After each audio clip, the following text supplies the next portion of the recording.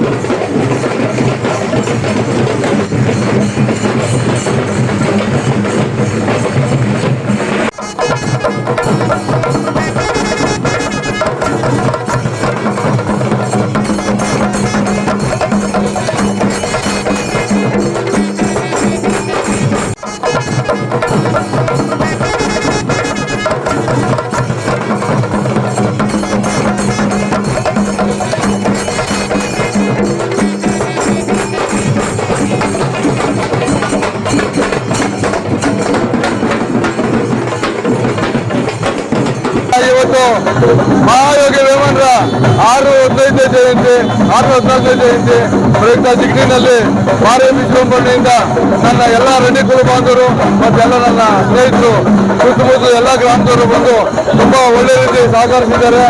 ನಮ್ಮ ಈ ಕೆಲಸಕ್ಕೆ ಸಹಕರಿಸಿದಂತ ನನ್ನ ಎಲ್ಲ ರೆಡ್ಡಿ ಕುಲ ಮಿತ್ರರಿಗೆ ಮತ್ತೆ ನನ್ನ ಸ್ನೇಹಿತರಿಗೆ ಅಣ್ಣ ತಮ್ಮಂದರಿಗೆ ಎಲ್ಲರಿಗೂ ಶುಭಾಶಯ ಹೇಳಕ್ಕೆ ಇಷ್ಟಪಡ್ತೀನಿ.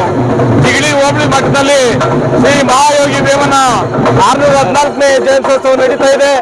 ಎಲ್ಲ ಕುಲಬಾಂಧವರು ಸಾರ್ವಜನಿಕರು ಹಲವು ಸಮಾಜದ ಮುಖಂಡರು ಪಾಲ್ಗೊಂಡು ಕಾರ್ಯಕ್ರಮವನ್ನು ಯಶಸ್ವಿಗೊಳಿಸ್ತಾ ಇದ್ದಾರೆ. ಹಾಗೂ ಈ ಕಾರ್ಯಕ್ರಮಕ್ಕೆ ಅತಿ ಹೆಚ್ಚಾಗಿ ದುಡಿದಂತ ಎಲ್ಲ ರೆಡ್ಡಿ ಕುಲಬಾಂಧವರಿಗೆ ಇಡೀ ಜಿಗಣಿ ಹೋಬಳಿ ರೆಡ್ಡಿ ಸಮುದಾಯ ಪರವಾಗಿ ನಾನು ಅಭಿನಂದನೆಗಳನ್ನು ಸಲ್ಲಿಸ್ತೇನೆ. ಮಹಾಯೋಗಿ ಶ್ರೀ ಶ್ರೀ ವೇಮನ ಜಯಂತಿಯನ್ನ ಇವತ್ತು ಜಿಗಣಿ ಹೋಬಳಿಯ ಎಲ್ಲ ಕುಲ ಬಾಂಧವರು ಜಿಗಣಿ ಗ್ರಾಮದಲ್ಲಿ ಇವತ್ತು ಏನು ಸಾಂಸ್ಕೃತಿಕ ಕಲಾ ತಂಡಗಳೊಂದಿಗೆ ಬಹಳ ವಿಜೃಂಭಣೆಯಿಂದ ವೇಮನ ಜಯಂತಿಯನ್ನು ಆಚರಣೆ ಮಾಡ್ತಾ ಇದ್ದಾರೆ.